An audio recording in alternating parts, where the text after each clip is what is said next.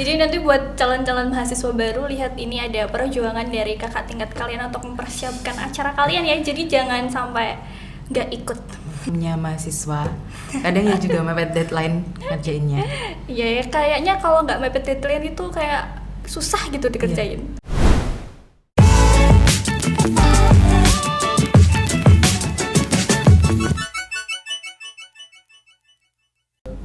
Halo Sobat Feby, selamat datang di Sofa Suara Ormawa Feby Aktif yang dipersembahkan oleh Halo Feby. Jadi di sini kita akan duduk bareng, terus kita akan ngobrol-ngobrol santai dan juga dengerin cerita-cerita dari para penggerak organisasi mahasiswa di Fakultas Ekonomi dan Bisnis Islam UIN Ponorogo. Dan di episode pertama ini, kita kedatangan tamu yang sangat spesial, yaitu Ketua SEMA Feby UIN Ponorogo. Langsung kita sambut, inilah Mbak Risma. Hai teman-teman Feby, perkenalkan nama saya Risma Janatul Zahro dari jurusan Perbankan Syariah. Oke, halo Mbak Risma. Hai. Sebelumnya saya ucapkan selamat datang di podcastnya Halo Feby. Gimana kabarnya hari ini nih? Kabarnya di hari ini cukup baik. Gimana? Untuk dari hostnya sendiri gimana? Alhamdulillah, baik juga. Oke, jadi boleh kita mulai dulu dari ceritain dulu nih, Mbak Risma ini sudah mengikuti organisasi apa di Feby UIN Ponorogo?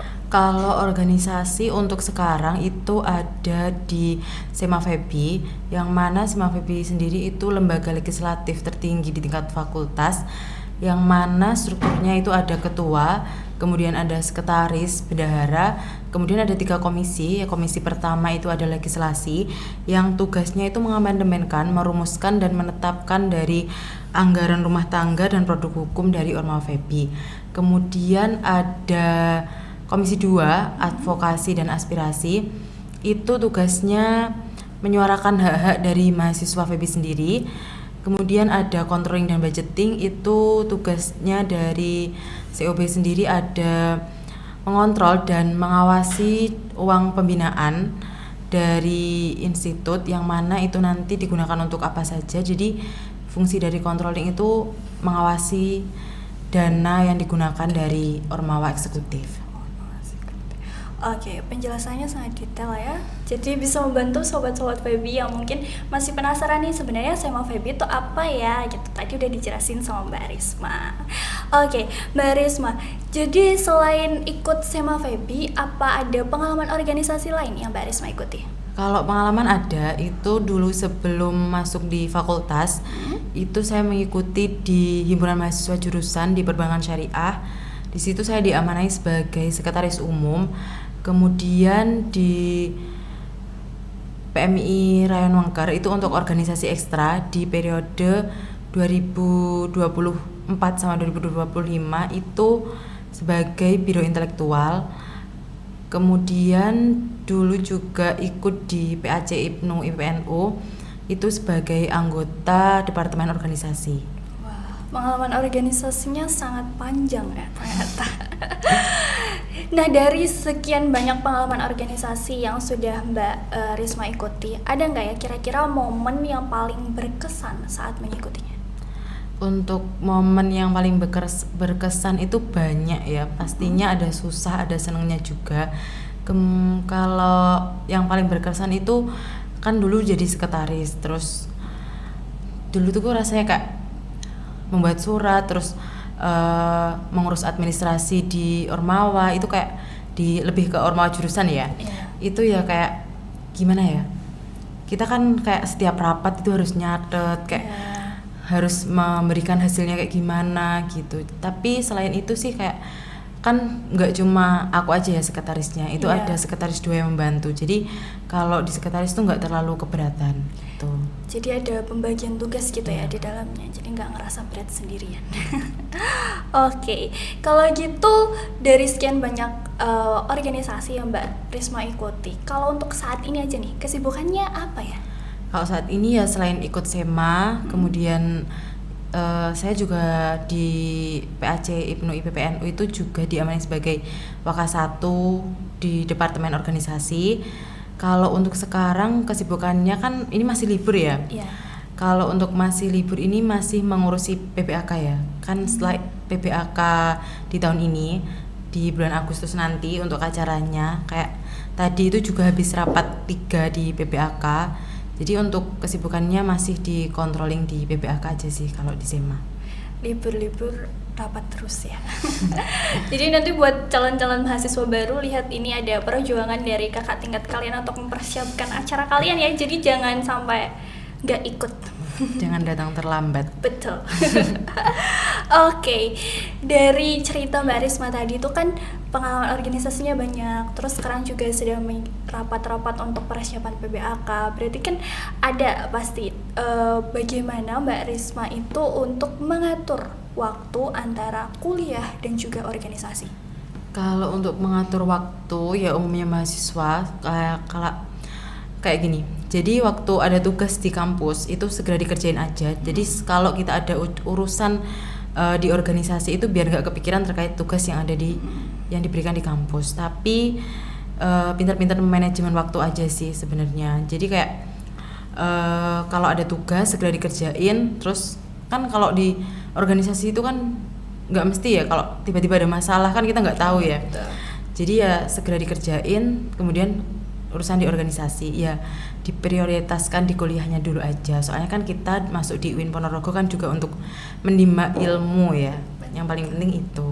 Iya sih, sebagai mahasiswa gitu kan ya berarti kuliah tuh harus diutamakan. Tetapi ya karena sudah mengikuti organisasi, berarti tanggung jawab di organisasi juga harus tetap dilaksanakan. Tapi ya umumnya mahasiswa kadang ya juga mepet deadline ngerjainnya.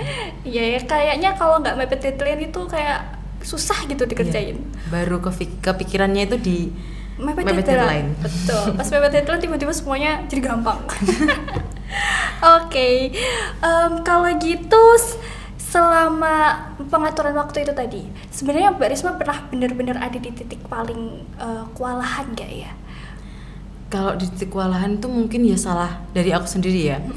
Kadang tugasnya itu nggak dikerjain, terus ada urusan organisasi yang harus yang harus segera diselesaikan juga. Jadi kayak gimana ya? Kayak tugas banyak, urusan belum selesai itu kayak itu sih yang paling bikin pusing. Iya. Tapi dengan mungkin manajemennya satu persatu diprioritaskan mana yang lebih harus dilaksanakan itu tetap bisa selesai semua. Iya, benar banget kalau itu. Oke, terus dari semua perjalanan organisasi yang udah Mbak Risma ikutin, dari tadi juga cerita tentang kadang juga pernah ada di titik kewalahan itu tadi, mungkin ada nggak ya suatu pelajaran yang Mbak Risma dapatkan setelah mengikuti organisasi gitu? Kalau untuk pelajaran waktu di organisasi itu sih kayak kan di organisasi kan nggak cuma satu kepala ya yang di situ, ada banyak, pasti ada pendapat-pendapat yang muncul dari kepala-kepala itu. Jadi kayak lebih ke mengetahui sifat dan latar belakang dari teman-teman aja sih. Jadi kayak kita itu harus memahami sifat orang yang kayak gini, kita harus memahami sifat yang kayak gini gitu. Jadi lebih ke banyak relasi juga. Terus untuk manfaat ya tadi. Pelajaran dan manfaat boleh. Kalau manfaatnya itu lebih ke kita bisa tahu cara memahami dari karakter dari orang-orang di sekitar gitulah pokoknya. Iya sih, soalnya memang kan ya namanya beda orang, beda juga karakternya, dan melalui organisasi sendiri kita bisa memahami nih karakter orang yang kadang tuh juga ada aja gitu. Iya, gitulah pokoknya. Ada aja gebrakannya gitu. Melatih kesabaran juga nggak, Mbak? Iya, sangat. Oke. Kalau gitu setelah dapat pelajaran dan juga manfaat tadi, Mbak Risma tuh sekarang punya nggak ya kira-kira target atau mimpi untuk kedepannya? Kalau untuk target di kuliah ini sih masih semoga lulus tepat waktu aja ya, nggak molor gitu. Terus umumnya mahasiswa ya semoga mendapat predikat cum laude gitu. Mimpi umum semua mahasiswa ya. Tapi ya namanya target orang-orang beda-beda. Tapi dari target yang tadi Mbak Risma sampaikan gitu, apakah ada peran organisasi di dalamnya untuk bisa mewujudkan target tersebut? Kalau untuk peran sih pasti ada ya, dimana di organisasi itu kan kita dilatih untuk manajemen waktu, terus disiplin. Jadi untuk meraih target itu pasti ada, dimana kita untuk lulus tepat waktu kan juga butuh kedisiplinan ya. Itu jadi itu menurutku di organisasi sendiri juga sangat mempengaruhi target yang akan aku capai untuk kedepannya. Oke, sangat menarik ya. Jadi ikut organisasi kalian juga bisa belajar untuk mengatur waktu, jadi bisa lulus tepat waktu juga. Tapi Mbak Risma, aku pengen tanya ini deh, kan di organisasi pasti mau nggak mau ya kita tuh harus berani ngomong gitu. Karena kalau nggak berani ngomong kan ya, kalau diem aja ya kita nggak bisa menyampaikan apa yang ingin kita sampaikan. Jadi apakah dengan mengikuti organisasi, skill public speaking itu bisa kita asah di dalamnya? Ya, untuk skill public speaking tuh menurutku juga bisa. Soalnya kan dimana di organisasi itu kita bisa menyampaikan pendapat, yang mana di situ kan kita nggak tahu ya pendapat kita itu benar atau salah, tapi setidaknya kita sudah mencoba. Ya emang pas awal itu emang agak deg-degan untuk menyampaikan pendapat, tapi kalau udah dicoba mungkin deg-degannya di kedua dan ketiga itu akan hilang. Yang penting kita belajar aja sih, kan di organisasi kita kan juga saling belajar sama teman-teman gitu. Jadi masih saling belajar, saling memahami juga ya, dan juga menghargai satu sama lain. Oke, mungkin terima kasih Mbak Risma udah datang di podcast Halo Feby pada kesempatan kali ini. Semoga pengalaman dan cerita-cerita dari Mbak Risma juga bisa bermanfaat untuk para sobat Feby yang menonton ini. Dan juga ada, tadi kan udah dijelaskan nih tentang masalah SEMA Feby itu apa. Jadi untuk para mahasiswa Feby UIN Ponorogo yang mungkin sebenarnya nggak tahu SEMA Feby itu apa, itu tadi udah dijelaskan sama Mbak Risma. Jadi menambah pengetahuan kalian kan tentunya. Oke. Jadi mungkin podcast kali ini sampai di sini dulu. Dan selamat bertemu di episode selanjutnya. Jangan lupa untuk like, share, dan subscribe. See you!